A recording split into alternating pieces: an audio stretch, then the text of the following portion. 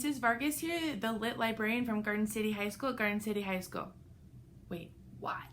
That's right, this girl got hitched high. Oh, single ladies. Not no mo.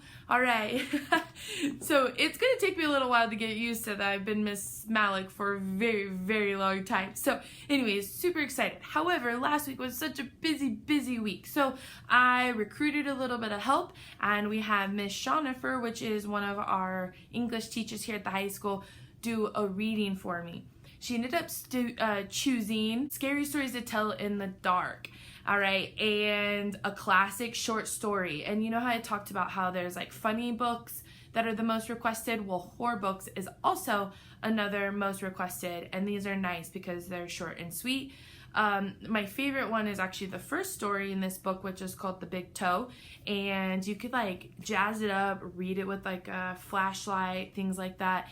And then at the end, it even inserts it. It was like, scare somebody next to you because they like don't know that it's coming. You're like, whoa, you know, and you just make them jump out of their seat. Okay, guess this. Drum roll, please. When was this published? 1981. Yes, a long time ago, and I'm only saying that because that's I was born in 1982. Okay. I mean, it's still so relevant. Kids love this stuff.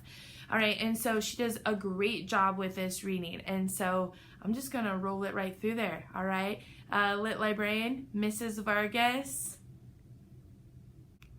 Hi everyone, I'm Jorden Schoenhofer. I teach freshman English at Garden City High School.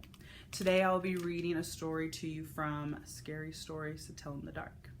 I really like this series because I remember as a kid reading these in class and being creeped out, and you know, our teachers always say don't read these stories unless you want nightmares, and of course kids are gonna do what we're told not to do anyway.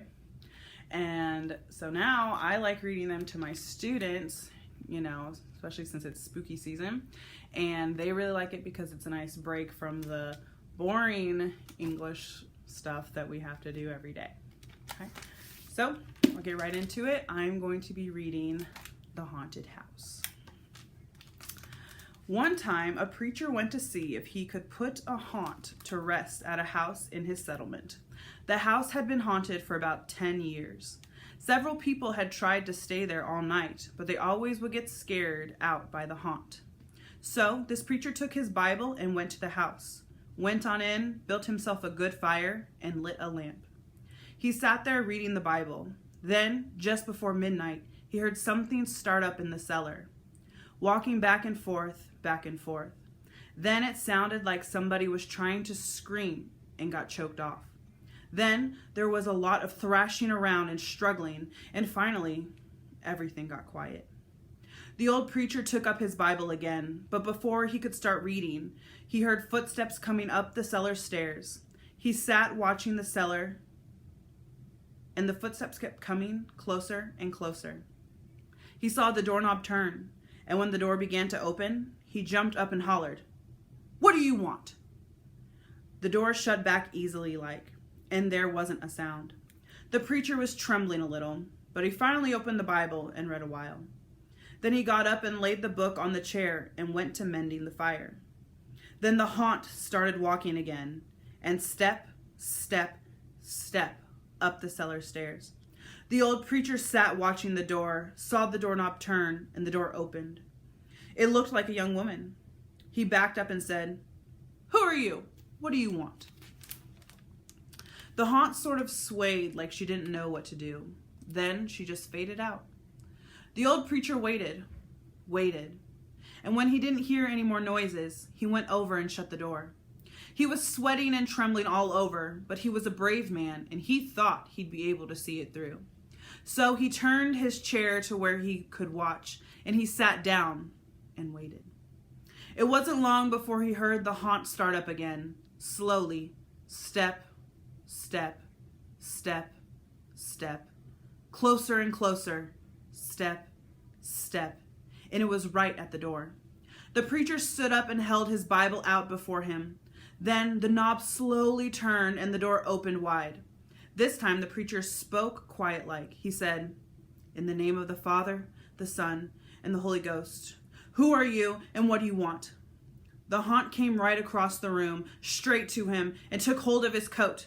It was a young woman about 20 years old. Her hair was torn and tangled, and the flesh was dropping off of her face so he could see the bones and part of her teeth. She had no eyeballs, but there was a sort of blue light way back in her eye sockets. And she had no nose to her face. Then she started talking. It sounded like her voice was coming and going with the wind blowing it.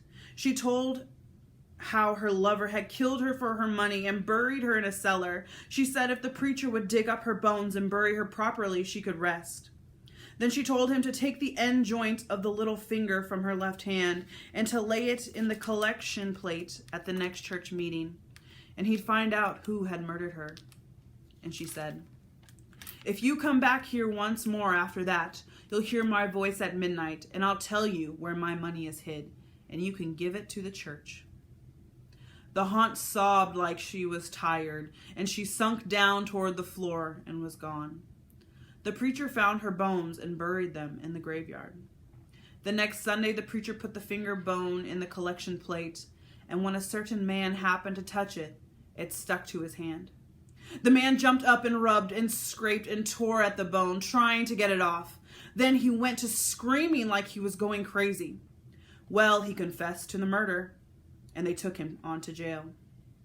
After the man was hung, the preacher went back to that house one midnight, and the haunt's voice told him to dig under the hearthrug. He did, and he found a big sack of money. And where that haunt had held on to his coat, the print of those bony fingers was burned right into the cloth. It never did come out. That's your first chapter Friday. Hope you guys have a great day.